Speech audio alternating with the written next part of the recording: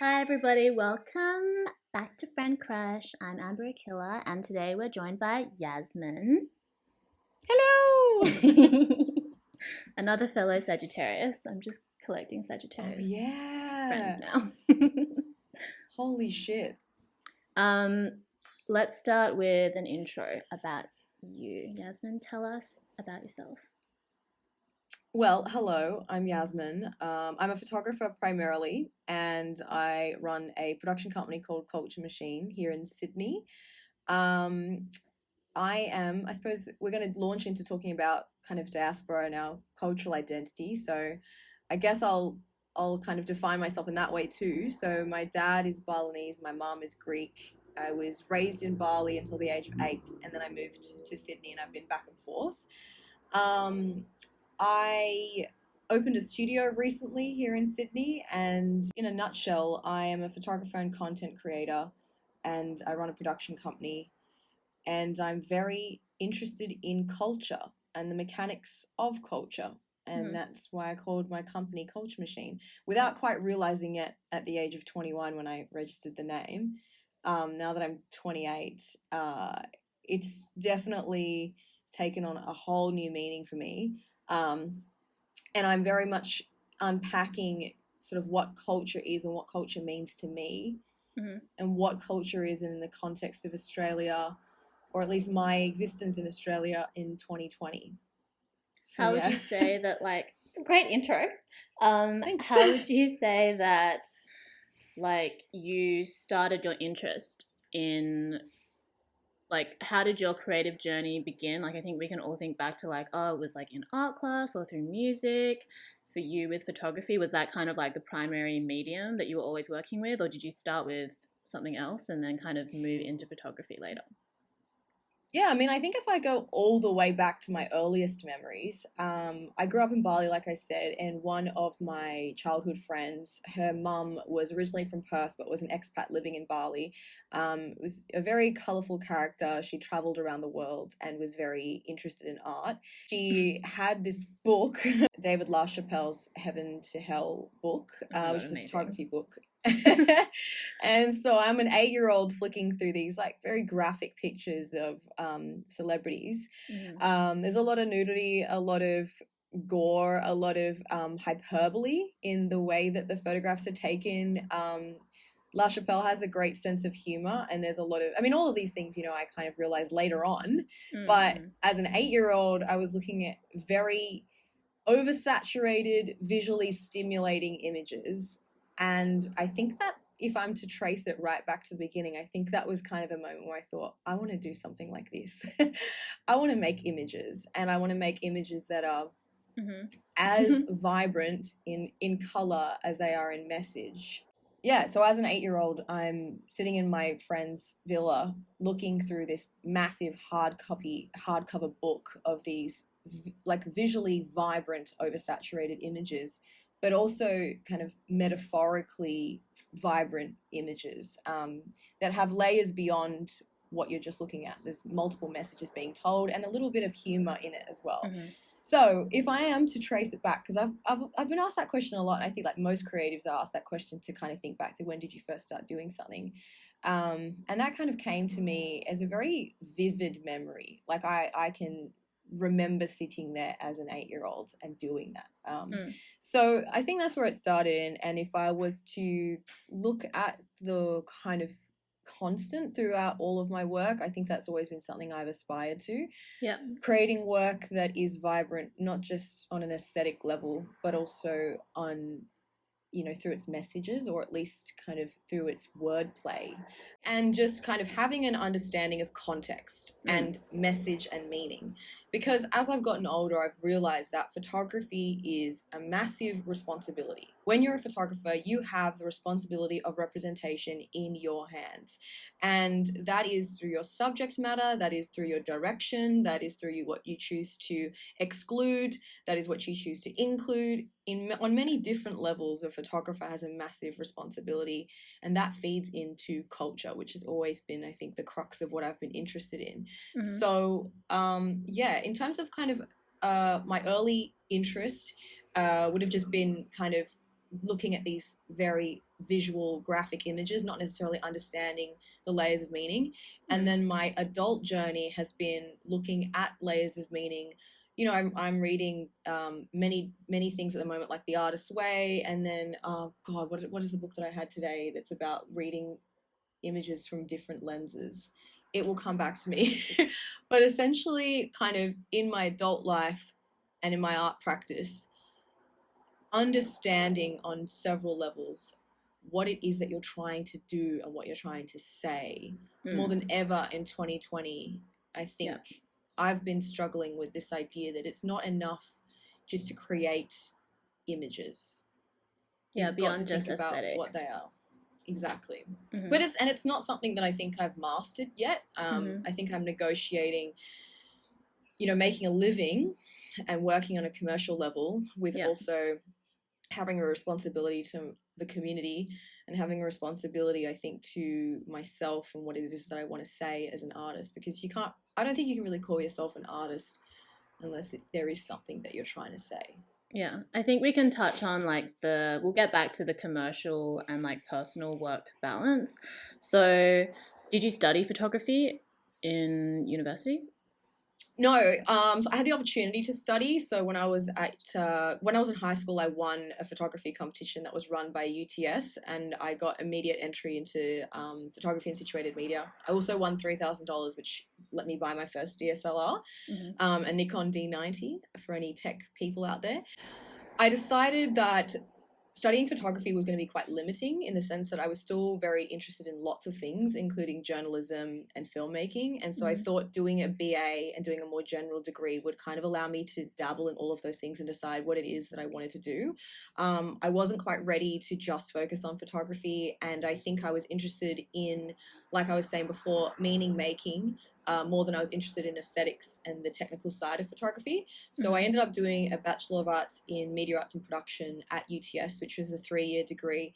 It was kind of all encompassing, but I did my sub-major in film theory, and that was probably the best part of my degree, and in many ways has informed the way that I work now, and I would say has allowed me to kind of venture into creative directing, which I've always sort of done through photography, but now in particular, especially when I'm working with clients, I'm providing treatments and I'm giving justification for certain things. I'm referencing back to a lot of the stuff that I studied in film theory. You know, I discovered some of my favorite filmmakers like Pedro Almodovar, and we talked about total cinema, which is about how every single aspect of Almodovar's films is telling you something, from the set design to the costumes, to the color palette. Looked at Wong Kar-wai and really loved the cinematography and the kind of oversaturated colors in Wong Kar-wai's work, and also the editing style. We looked at Dogma, which is a movement in cinema. It was kind of about breaking all of the conventions of cinema and sort of the suspension of disbelief, because, you know, like, cinema traditionally was about going in to see a film and losing all sense of reality and kind of disappearing into this fantasy world. But Dogma was this movement that kind of tried to unpack all of that, and moved into, I would say, kind of documentary in a way, like pseudo documentary, which is something I've become really interested in as well. So my uni experience was opening up my mind and opening up my resources to films and directors and concepts I don't think I ever would have touched on had I not gone to uni. So no, I didn't study photography. I did study an arts degree, and I did study film theory. What I do is multifaceted in a lot of ways, like I think most people. And I would say my end goal is to be a director. At the moment, I guess that medium in which I'm directing is stills, but eventually I want it to be film. Yeah, I think that's also like the beauty of our generation as well, being able to, I mean, I think we're kind of coming out of this period where there's a pressure to have to define your career as just one thing, and now people are just able to explore different mediums and then kind of like discover along their journey different facets of their creative practice. Because I think in the same way that I don't feel like just being a DJ is enough for me. Like I'm still discovering what I want to do and learning new things. So I don't feel the need to be so attached to any like specific label. Like they're just for the convenience of other people more so than they are for me and how I would like see or define myself, because that's something that changes all the time.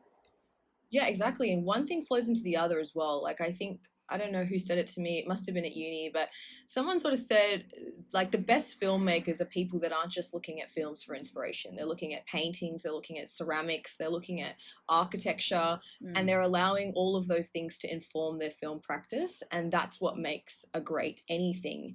And I think being multidisciplinary is all just contributing to making you more of a total artist, I think.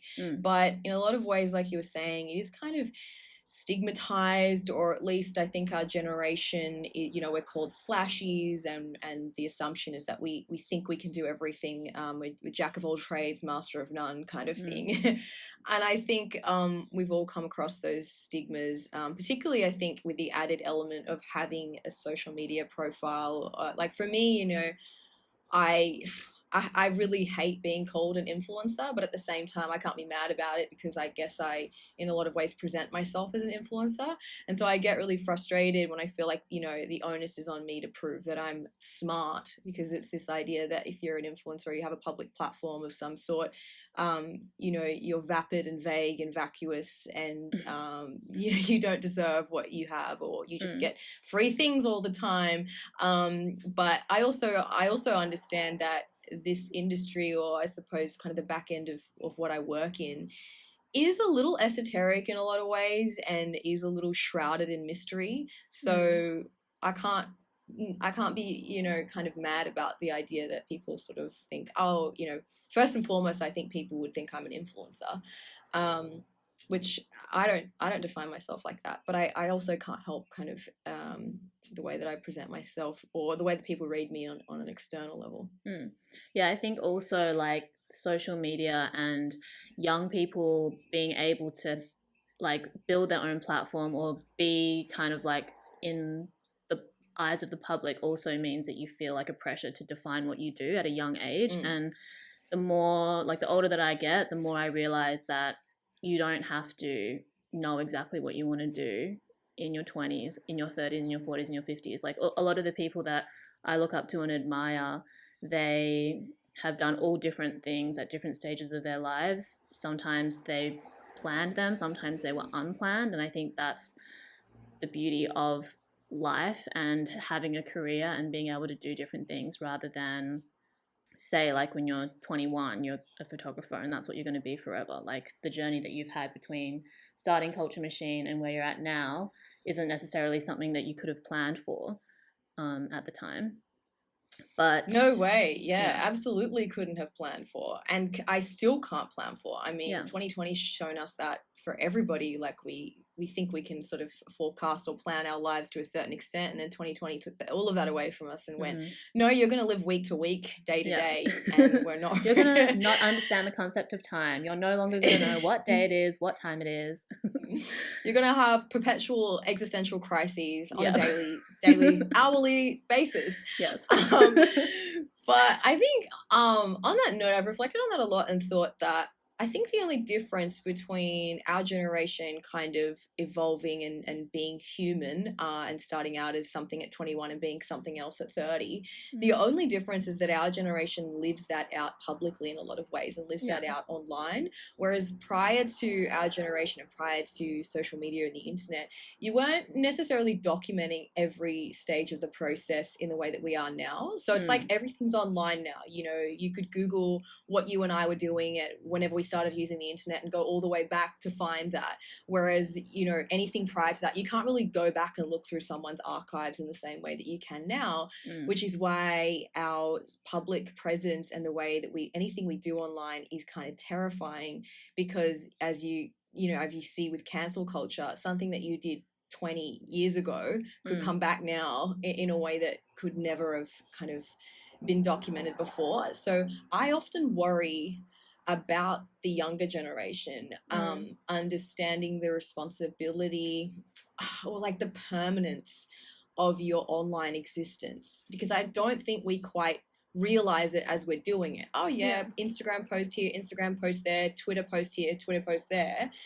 And, 20, 30 years later, you might not be the same person. And I feel like we don't have as much compassion for the evolution of a human being Yeah, I agree. now as we may have before. That's definitely something that I've observed and like worry about. But I think I'm hoping that like moving forward, as people become more aware of how you are allowed to change between the ages of 15 and 25 and 35 and 45, and just I think a lot of the problems that we have come from like a lack of just education and awareness. Like if people aren't told that they're able to evolve and learn from their mistakes and how to handle like being called out or cancelled in a way that allows for like self growth rather than being adamant about a position that you took 5 years ago, 5 days ago, 5 hours ago, then hopefully we'll be able to make progress. But yeah, cancel culture is scary. It's terrifying. It's probably one of my biggest fears. Like, and all of my friends know that. Everyone I work with knows that. I'm like almost to the point of being like actually paranoid about every single thing that I do, in like from captions to like symbolism to the way that something is styled in a shoot. A lot of the time things are out of my control, and particularly in like the commercial realm, that's when I start to become quite like observant and really trying to kind of go through everything with a fine-tooth comb, because at any point if that falls back on me as being a part of that team that didn't speak up, then of course I would feel really horrible about it. And I think also people come for people that have a public profile, understandably, to give answers. So if I was involved in a commercial situation like a photo shoot or a campaign and it was sort of in any way offensive, I would feel a massive responsibility to have said something. And so I think that a lot of my day-to-day workings are just kind of really trying to cross-check things with people and make sure that we're not doing anything offensive. But I think I really did go through a phase where I struggled with that and just kind of took a massive break because I felt like I was never going to be right and I was never going to be enough. I was always going to be hurting or offending or excluding someone. And at some point I was going to be silencing myself. So I think the next stage of my journey now is less about being right and more about being honest. And that takes a lot of courage because, being honest doesn't always mean being right, and being agreeable. And I think that a big part of my personality, even as a kid, was being agreeable, doing what everyone told me I should do. And doing what everyone told me was the right thing to do. So I think trying to make other people happy as well. Huge. I don't know if it's like a Sagittarius trait or if it's like kind of, the different ways we were raised and stuff. But I think for sure that's something I'm like workshopping at the moment, because it's like, how can you be an artist as well without being able to be honest and truthful to yourself? It's something, it's like an ongoing journey, and I think that it's something I'll probably come into more as I get older and as I come more into myself. I think a lot of this is an exploration of identity, of the definitely self-discovery. Yeah, I think like I always say that the onus on women, or the responsibility that women are given by like society in terms of being on a moral high ground and being held accountable to this almost like impossible moral standard, means that you're like confined to like society's expectations or limitations. So one of the most radical things that you can do as a woman is to step into yourself unapologetically, with courage, and also be willing to admit that you're wrong and willing to grow. I think that's more radical than like shrouding yourself or building like a prison in which you like are too fearful to actually like do anything, like taking even small steps out of that um like kind of the comfort zone that you create with this discomfort and this fear is something that is part of artistry, and also like just a radical thing for anyone to be doing. So because I think sometimes it seems like when you're just scrolling through the internet, everybody's making all these big declarations about how things should be, how things are wrong, and then you feel so hopeless because like actual changes that would need to happen in society or that people really need are not anything that can happen with just a tweet or just an Instagram post. Like it takes a lot of like internal unlearning, a lot of structural change in society. Those things take time, but I think on a day-to-day basis, being able to, you know, just like move through the world with a little less fear and like a little more courage, a little more honesty is how society is able to progress like collectively, rather than feeling like these people are ahead, those people are behind, and they stay behind. Like, how can you close those gaps? Like, that's something that Well, I'm interested in. exactly. And I think in particular, like this year, a lot of social justice causes and social justice warriors online. It's this whole idea that, you know, if you're contributing to a social justice cause in an echo chamber where everybody agrees with you, are you really doing anything? Are you really changing anything? Like doing something outside of that context that makes you feel uncomfortable is where change happens, you know? And it's just like, talking about the same thing on Instagram, for example, that everybody's talking about with the popular opinion that everybody holds, you know, does that actually cause change? Maybe, on a small level, or are we actually already in a community that, like I said, that's an echo chamber, that all of those people already agree with that? It's outside of that community that we need to start talking to people that don't have that same knowledge and don't think the same way. I really think that for me, there's sort of the idea that I've adopted, or the behavior that I've adopted, is that like that actions obviously are more powerful than words, I think. And if I can embody all of the things that I believe are right and somehow contribute that to the community and do that actively through opportunities I give people, the people I choose to work with, you know, really changing things in terms of like, you know, on-set crews, really thinking about the people involved with making something and the voices involved with that. That to me, at least in my ability to contribute or give back, is far more powerful than me putting up a post or a hashtag, for me anyway. I think everyone has like different roles as well. That's something that Yeah, I was able to realize. Like, you don't, it's not like your personal responsibility to change everything. You know, I think sometimes when you do feel, you know, like empathetic, or you do understand the struggles that people are going through, or you do want to be able to help, you can feel like overwhelmed with where to begin. And yeah, also when it comes to like social media as well, like you don't know someone just through what they post, and it is easy to assume that you do, but everyone's only sharing like a part of their life, whether that is true to themselves or not. It's like you just can't hold so much weight on to those things. How people are able to like action change, some people are really well spoken online, can write or make really eye-catching designs that are able to summarize really complex totally. issues. So that's a role that they would play. And for you, because you have a studio now, you're able to hire people and be more conscious about the decisions that you make in business. That's something that you're Yeah. able to focus on too. So I think being able to acknowledge that and own it is Yes. important. And then just creating separation between like, you're aware that people are going to make assumptions about you, but you know what you're doing, and that's something that you're practicing. So that's what's most That's a important. really good way of summarizing it, actually. And I think a really good way of looking at, like you were saying, everyone's got a different skill set. Everyone's got a different kind of thing that they can offer in all aspects. It's like I work in teams all of the time because I love teams, and I love the collective effort that a group of people can contribute. And in those teams, every person plays a role. Everyone's got strengths and everyone's got weaknesses. And it doesn't mean any one person is lesser than the another.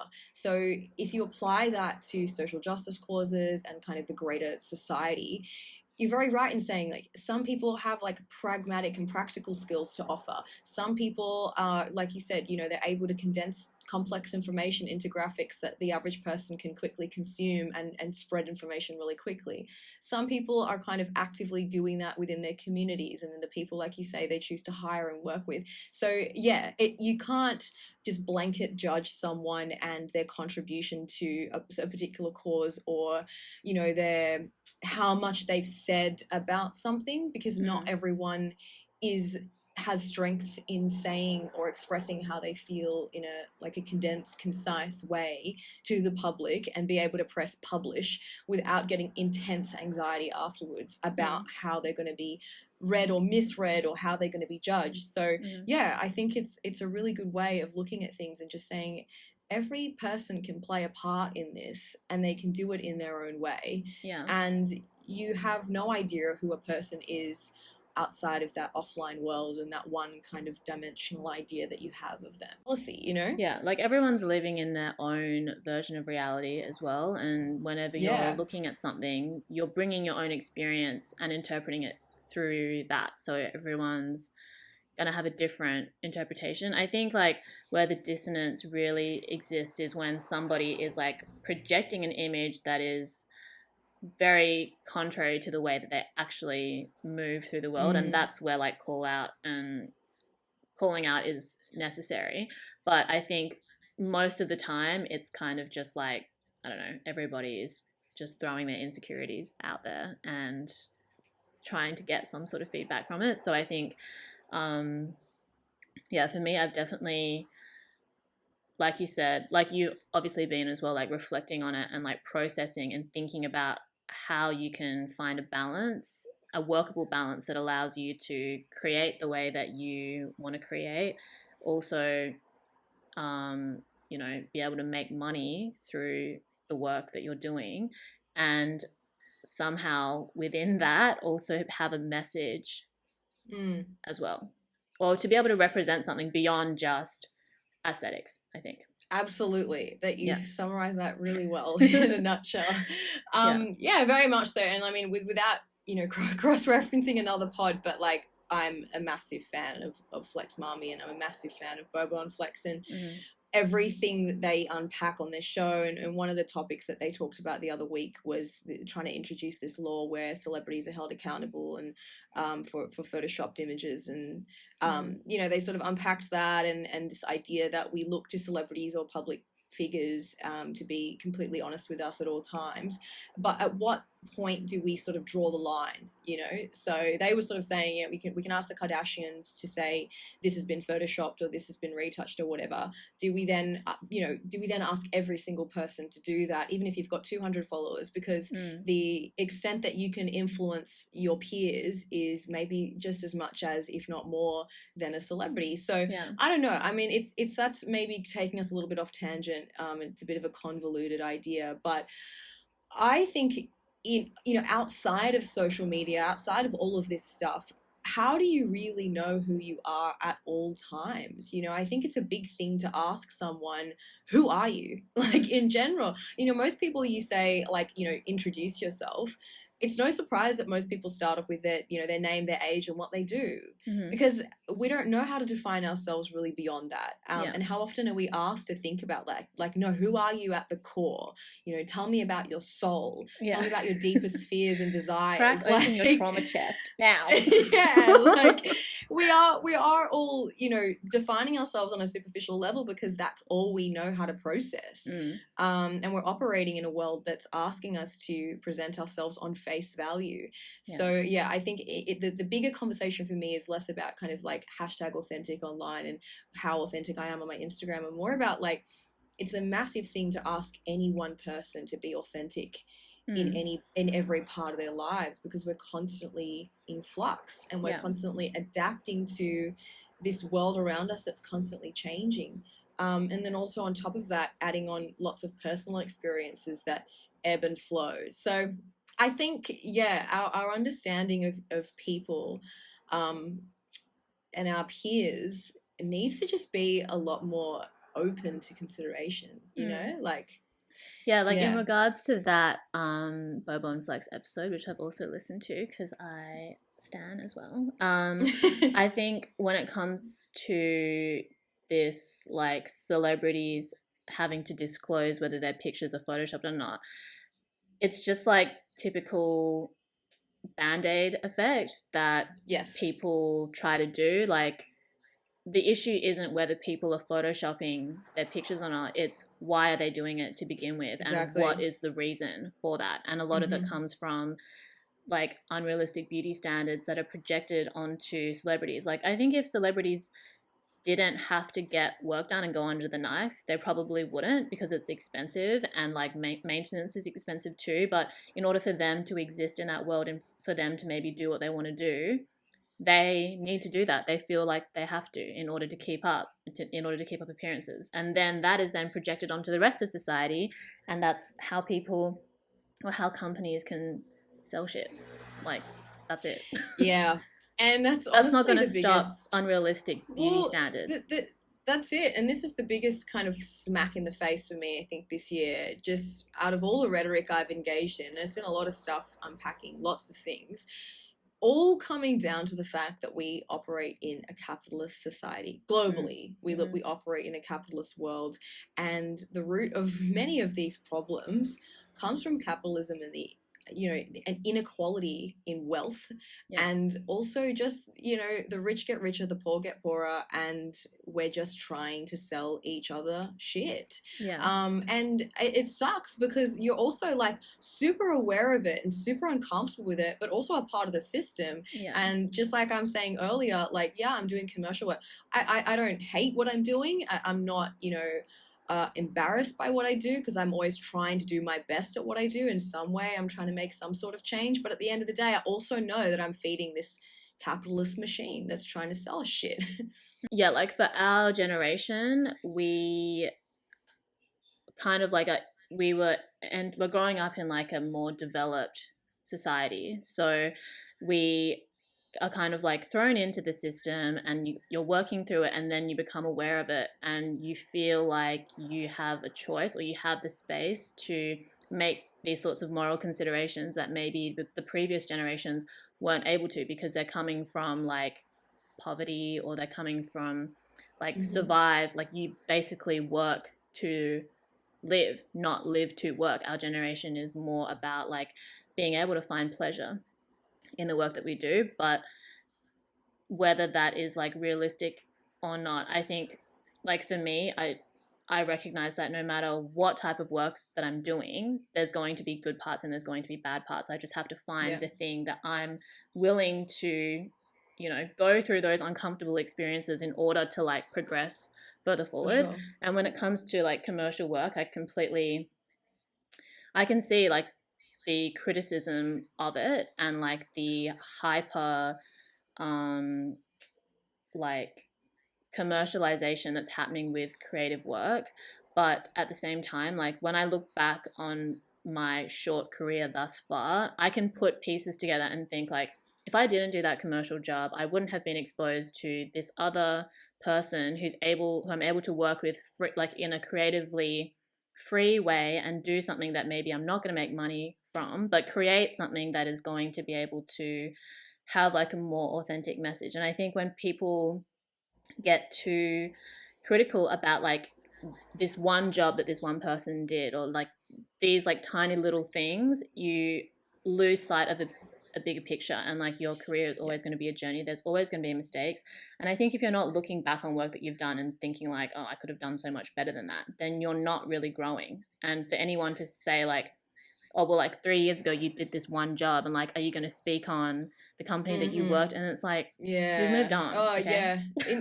No, exactly. And it's like, say for example, I think that's a really good point to make, where you're like, if I hadn't have done this, then wouldn't have gotten leverage to do this. Mm-hmm. I've always kind of realized that in order to make change, you've got to kind of know the system to break the system in a lot of ways. Yeah. And in order to get to a position of power where you can actually make decisions, to some extent, you have to kind of work your way up. Yeah, you need And resources and you need to gather you them need over time. resources.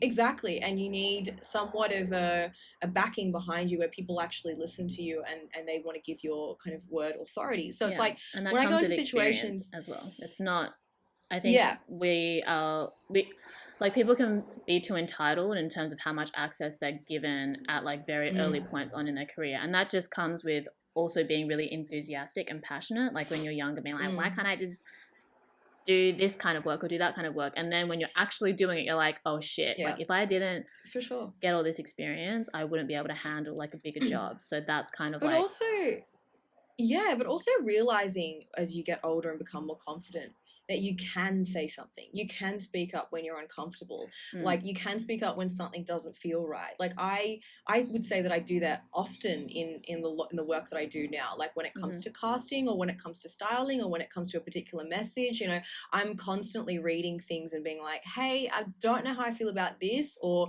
"Can we make sure that we're casting this?" And yeah, that to me feels a little bit insensitive. Like I can say all these things now mm-hmm, because I feel like I'm in a position where I'm given some sort of kind of respect in a way. yeah, When I was first starting out, I was just a photographer that was like, do your job. yeah. Like, give us the photos, do your job. Like, Yeah. no one's Press the asking shutter you and where, then get out of here. yeah, no one's asking you if you think that hairstyle is offensive or if you think that the way that the stylist dressed her in this outfit is like no one's asking you those questions, nor is Mm, anyone listening to you if you vocalize them. mm, mm. So now I feel like I am very much saying those Yeah. things and oftentimes clients are listening to me. So yeah, as you say, it's a bargaining sort of thing where you're like getting to a point in your career where you have the leverage and the power to actually. Yeah. And that goes back to like the echo chamber thing as well, because when you're online and you've curated what you're following, it's easy to assume that everybody sees the world the way that you and the people that you follow do. But when you actually get into the real world and you're working with clients that are a generation older, they're coming from completely different backgrounds, different experience, like you need to learn how to communicate in a way that you can find a middle ground with them. Like if I'm working with Yeah. a client that doesn't really understand like the way that feminism has influenced me or the things that I've consumed and lived through that inform my experience and my perspective, I need to learn how to communicate that with them so that we can find like a solution. And because not everybody is going to get it, and a lot of people don't get it, and it's also like hard to say that they have to get it too, because we're not Mm, living in like a politically neutral society or in no. a society that is enlightened. Like everything's fucked up and everybody has a different journey. Absolutely. I think that's another really good point. Like we in the creative sphere, we operate as mediators, as mediators between sort of the community that we belong to and the clients that we work with, and constantly kind of vacillating between, like, first of all, are you exploiting me or using me as a token? Mm, And then secondly, how do I best represent my community or whoever it is that I think that I need to be doing this for mm, in a commercial environment where I'm being told to be authentic, but within the constraints of make sure you show me the logo, make sure you mm, show us the logo. Like every mm. shot, there's got to be a Product logo, shot. and you're like, but they're like, but we just want you like being you, but Mm, with the logo in every shot, face front to the like, you know what I mm, mean? So it's this sort of you've got to take your wins with where they are, if that makes it. You've got to take your wins with your losses in a lot of ways. And you've mm, also got to be a very good communicator, because one thing that I find really frustrating is like nobody is a mind reader. Clients are not mind readers. In fact, they're really not thinking about much more than KPIs. They're yeah. thinking about selling products, Yeah. Yeah. and they've come to you because you're cool and young and hip and all of the things that they think they need to market to the biggest consumer market, that is the youth. Like Mm. that's 18 really to what they're here 25 year for, olds. right? And like and that's the bulk of my work, is clients coming to me as a mediator or a sort of like a linking point between them and the youth that they wish so much to appeal to. Mm, And that youth is highly critical of being sold things and highly critical of whether or not something is authentic or whether or not something is cool. And it's like you can't sell to them unless you understand them and you speak their language. mm, So it's this idea that you've got to be very good at communicating between the two.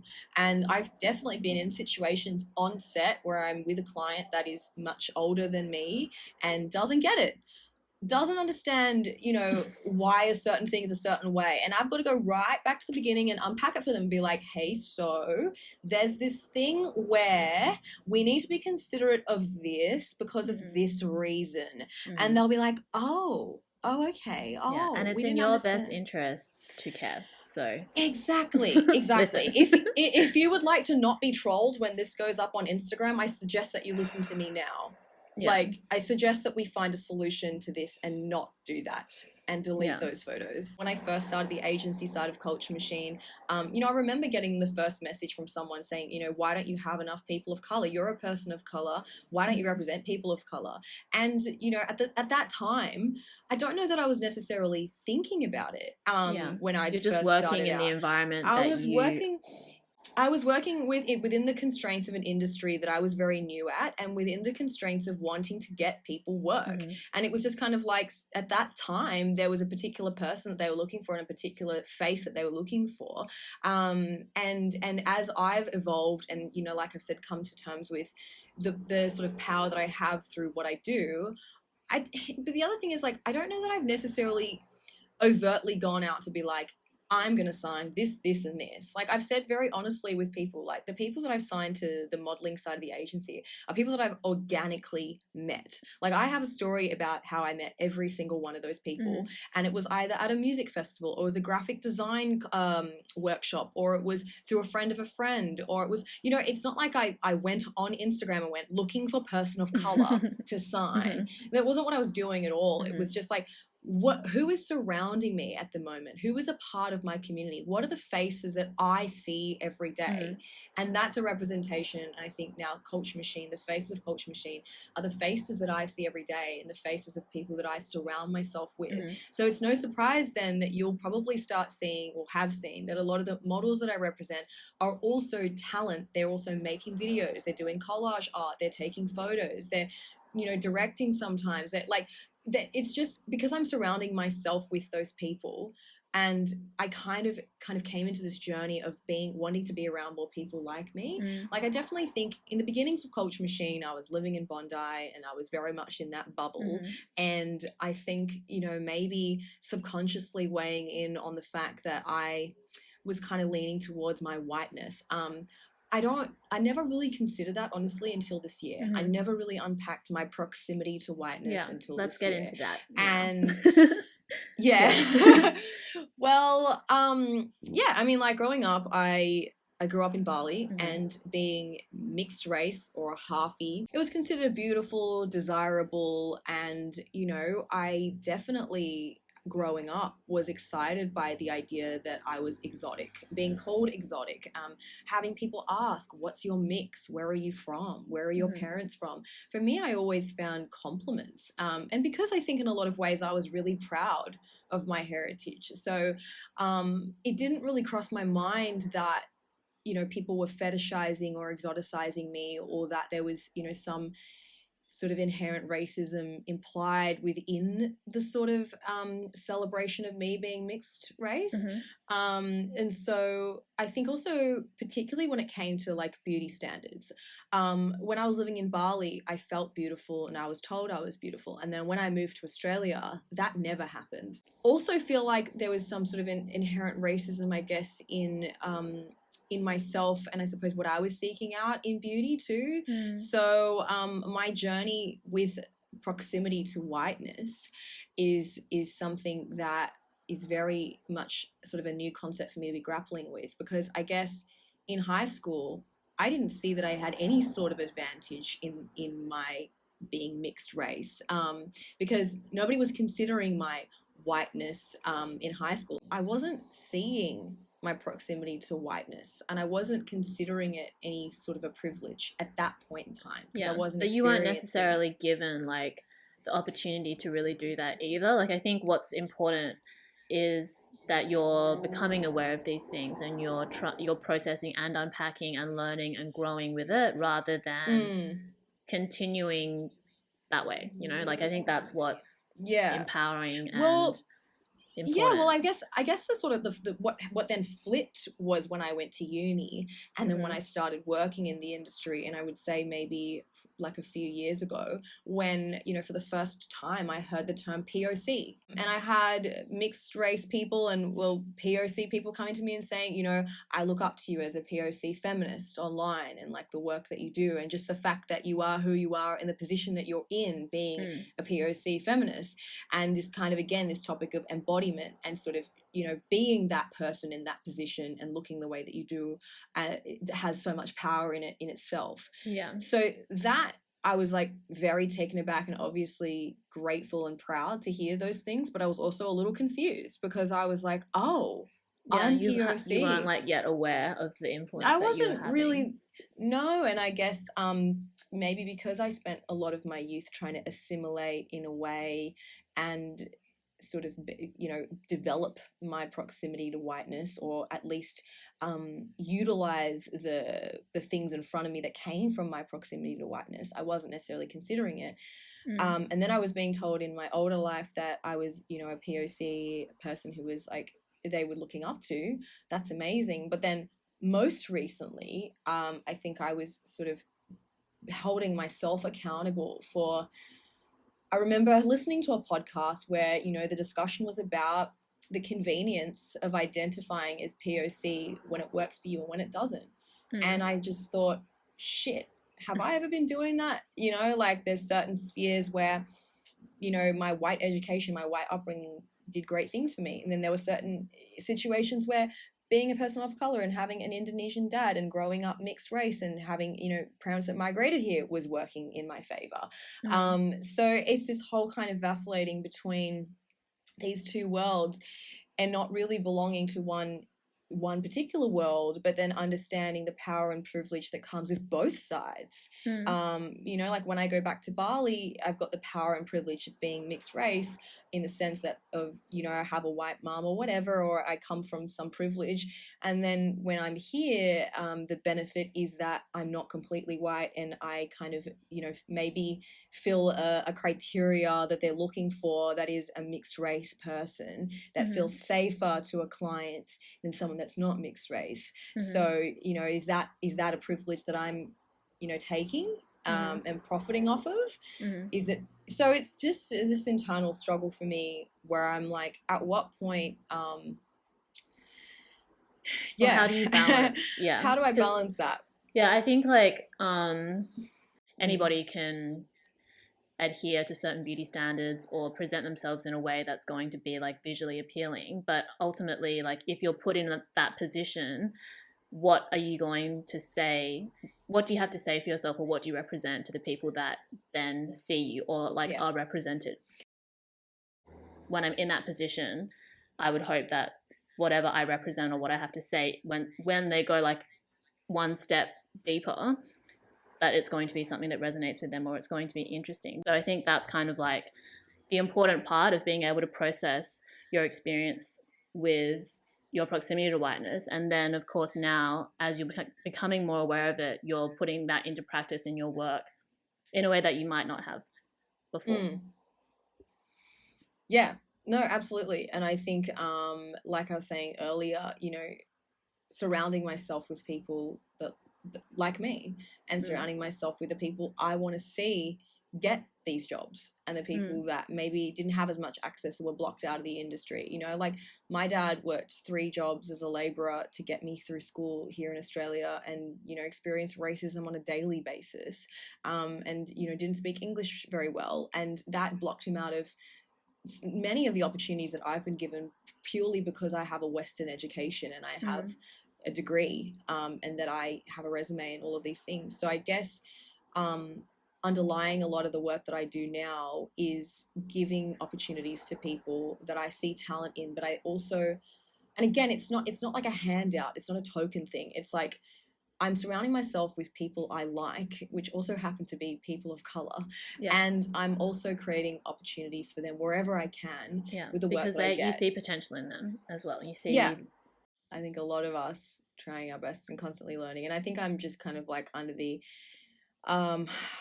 sort of, my motivation is just to learn as much as I can and expose myself to as many opinions and as many experiences as possible, because that's the only way you can really kind of inform the decisions that you make. Yeah. Which comes back to, me wanting to surround myself with people in the crews and the sets that I'm on that can inform me. Because I think a lot of the time these big mistakes are made when that consideration isn't made to those voices. Like, for example, there was sort of, I don't know if I should make specific examples, but say, a film was made and it was, considered to have been racist and done the wrong thing. And the filmmaker didn't intend for that, but it was read in that way.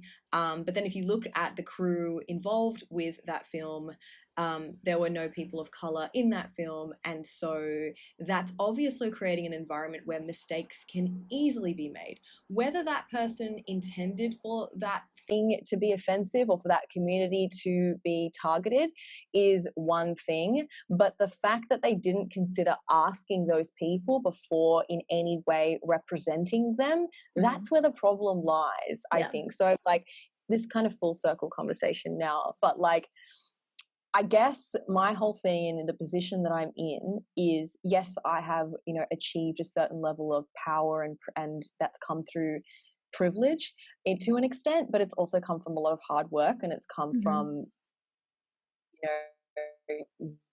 using the tools that I have, like my education, to further myself. The best that I can do is keep learning and keep stimulating my mind and keep trying to empathize by being around people, being around a lot of different people. And going back to our talk about tokenism, I don't think that is tokenistic or that there's anything wrong in trying to search for things outside of, sort of what's immediately around you. But overall, what we're asking for takes certain steps and a certain level of discomfort before we can get to this utopian kind of world that we wish for. I think like in terms of representation, it is twofold, because yes, you can make the argument that it is tokenistic or exploitative. There are plenty of cases where that is the case, but at the same time, it sucks that you just have to like appreciate any step forward as like a good step and hope that there will be further steps. I think that's the thing. Like sometimes people become very reductive in the way that they think, like that's it, like that's the only thing that's going to exist. It's like you have to think that this is an opportunity to allow for more people like that to get those opportunities, so that they can then, the younger generation is looking at that and thinking, I could do that, or if they can do that, then I can do something else. Like that's kind of where I sit. Like it's not as easy as just one company that's run by only white people to just suddenly change the way that they hire completely. I wish it was that easy, but it's not. But it takes also those little kids of color to think like, look, these models working in fashion, I really work in fashion, maybe not as a model, but I'm going to study this thing instead, and then hopefully I'll be able to work my way up, and the system will change. And like within the film industry, for example, like when I first started, my main kind of thing that was in front of me was just that I'm a woman trying to work in a man's world. Like that was the primary thing that I was dealing with at uni, being told cinematography, it's a man's world, you got to hold heavy gear, you got to do this, you got to do that, like this is for a man. There's hardly any women cinematographers, let alone female directors, let alone female anything. Most of the roles women in film were producers, because it was a palatable kind of role for a woman to make to take, and navigating this thing of a woman can have a certain amount of decision making power, but surely not the top tier of decision making. She needs to be told by a man what she needs to be putting together, and not to come up with the idea herself. Exactly. So I think, primarily I was like, I want to see more women in the industry. I want to see more female photographers. I want to see more female directors. And so I guess like if I was to kind of have any agenda coming into this industry right from the beginning, it was a feminist agenda. It was, I want to see more women in this industry. And I know that that's going to catapult change. Now in 2020, I'm thinking more about cultural diversity, and I'm thinking about more diversity, not just in front of the camera, but behind the camera, obviously. And, the complex thing about that is in order to see that diversity, unfortunately, in a lot of ways, it starts with a certain level of tokenism, because it's like that, there maybe aren't many BIPOC female cinematographers in the industry. Why is that? Because they didn't have the same access. So does that mean we overtly go out and look for that person, or look for someone that could fulfill that role and train them up? Yeah. Are you going to call that tokenistic? Maybe. But that gives that one BIPOC woman of color an opportunity that didn't have it before. Do you know what I mean? So it's just this I think kind of anyone that's thinking that somebody being able to have the opportunity to be trained up in a job that they previously would not be considered for as being tokenistic is just, they're just jealous. Well, yeah, I guess it's just this thing of like, oh, it's so tokenistic to ask for, we're looking for this person, looking for a BIPOC woman of color. Well, I guess that's convoluted. By BIPOC, do you overtly go out and look at that? And by overtly going out to look for that, are you inherently racist or tokenistic in doing that? It's just like extremely kind of convoluted. But at the same time, the very realist sort of perspective that I have is, unless we're doing those things, we're not giving entry to those people. So, if your intentions are good and that person is being treated fairly and getting something out of it, and then able to progress themselves, that is a good step. And then everything from there is going to be just determined over time. Like, it's not as simple as, you can't have an idea of how something's going to turn out like in the present. You have to leave room for possibilities that you can't plan for. Exactly. And realize that there's a bigger goal at the end of all of this. And, you've got to take sort of these smaller steps to get there. But, I would say overall, and maybe again, it's the kind of bubble that I'm in, overall, I, sort of pinch myself a lot of the time at how grateful I am for the kind of way that the industry is changing, and the way in which I'm allowed to, or I decided to operate in it, and the people I get to work with, and how many changes I've seen, and how much more considerate and respectful people are in a lot of ways. And again, I can't speak for the whole industry, because I know there's still a lot of fucked up shit that happens. But at least in where you're working, that's what's important, because that's where you have influence.